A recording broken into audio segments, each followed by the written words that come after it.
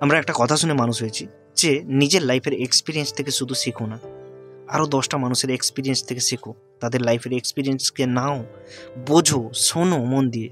যখন তুমি 10টা মানুষের ফেলিয়ার স্টোরি শুনবে, তাদের লাইফে কী কী হয়েছিল, তখন তুমি ভেতর থেকে ইন্সপায়ার হবে যে ওই মানুষটা শুধু একা নয়, আমিও আমার লাইফে ফেস করছি, আর আমি শুধু একা নয়, আমার মতো আরও 10 জন একই জিনিস ফেস করছে।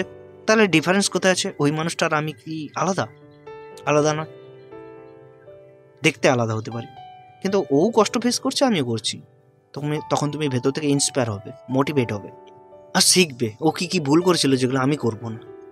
এই জন্য বড়দের কাছে বসতে হয়, তাদের পাস্টের লাইফ স্টোরি শোনো, তাদেরকে জিজ্ঞেস করো, বাবা মাকে, অন্তত বাবা মাকে জিজ্ঞেস করো যে তোমরা কি করেছিলে ছোটবেলায়, তোমাদের কেমন কেটেছে, তোমার কি লাইফে কি কি প্রবলেম এসেছিল, তুমি কিভাবে শক্তি পেয়েছিলে, তুমি কি কি করেছিলে, কখন কি স্টেপ নিয়েছিলে, স্টেপ বাই স্টেপ শোনো, খুব মন দিয়ে, একটা গুড লিসনারের মতন শোনো। যে যত বেশি শোনে সে তত বেশি শেখে। যখন তুমি তোমার মা বাবার স্টোরিটাই খুব ভালো করে শুনবে, তখনই তুমি জোশ পাবে। আমরা করি কি, বাইরের মানুষগুলোকে বেশি ফলো করি, আর আমাদের বাড়িতে যে 2জন মোটিভেটার বসে আছে, 2জন যে তাদের লাইফের লড়াইটা লড়ছে, আজও পর্যন্ত লড়ে যাচ্ছে, তাদেরকে ফলো করি না।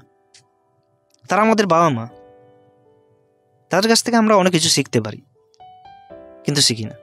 তো আমি এটুকুই বলবো যে ফেলিওর স্টোরি থেকে শেখা শুরু করে দাও, অনেক কিছু শিখবে, অনেক কিছু জানবে। প্রত্যেকটা মানুষের কাছে তাদের লাইফের স্টোরি জানার চেষ্টা করো, তাদের ভুলগুলো জানার চেষ্টা করো, যাতে তুমি না ভুল করো, যাতে তুমি তাদের এক্সপিরিয়েন্স নিয়ে শিখে যাও। শিখে গেলে কি হবে, তোমাকে কম খাটতে হবে, তুমি সেই টাইমটা অন্য কিছুতে ফোকাস করতে পারবে। ঠিক আছে, তো দেখা হবে নেক্সট ভিডিওতে। এরপরের ভিডিওতে আমি আলোচনা করব যে বাবা মা কিভাবে আমাদেরকে মোটিভেট করতে পারে। চলো নেক্সট ভিডিওতে দেখা হবে।